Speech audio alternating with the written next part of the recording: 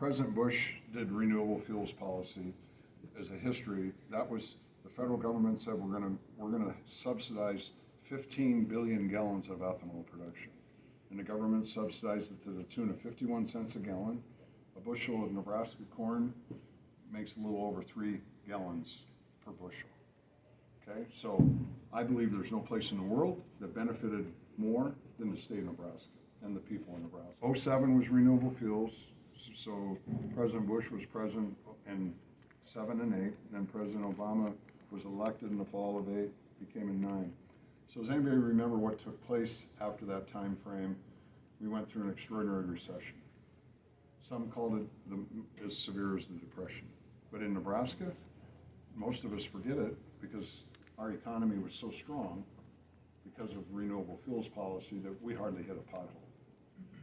And then land went from $2,000 to $4 to $6 to $8 to $12. Property taxes started escalating. During that time frame, and I believe this is really important for us to understand because it helps us in coming to solving the problem. During that time frame, it's hard to believe, but we went through deflation. Does everybody remember that? We went through 9, close to 10 years where we could buy more with $1 every year. Most of the years was 2 and 3% deflation. And why we're here, in my opinion, is 2 things. We just kept spending money. I have experience serving on your Board of Regents when I got on in 13, self-appointed 5% budget increases during deflationary periods of time. State government was spending 5 and 6% everywhere across the board. That got us really uncompetitive with our neighbors. And so, and then the other thing that took place is if some of us are old enough to remember 1967 when we started a broad-based sales tax.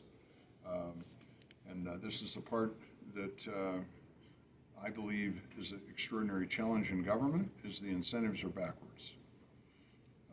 And how I mean this, how I would mean by this would simply be to say that since 1967, we had a broad-based sales tax, and since that time, there's been 120 deals made to take exemptions off the table.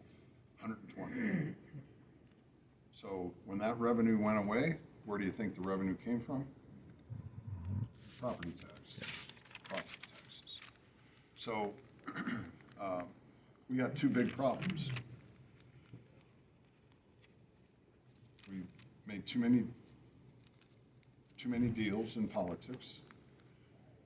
Too many deals in politics, and we spend too much money.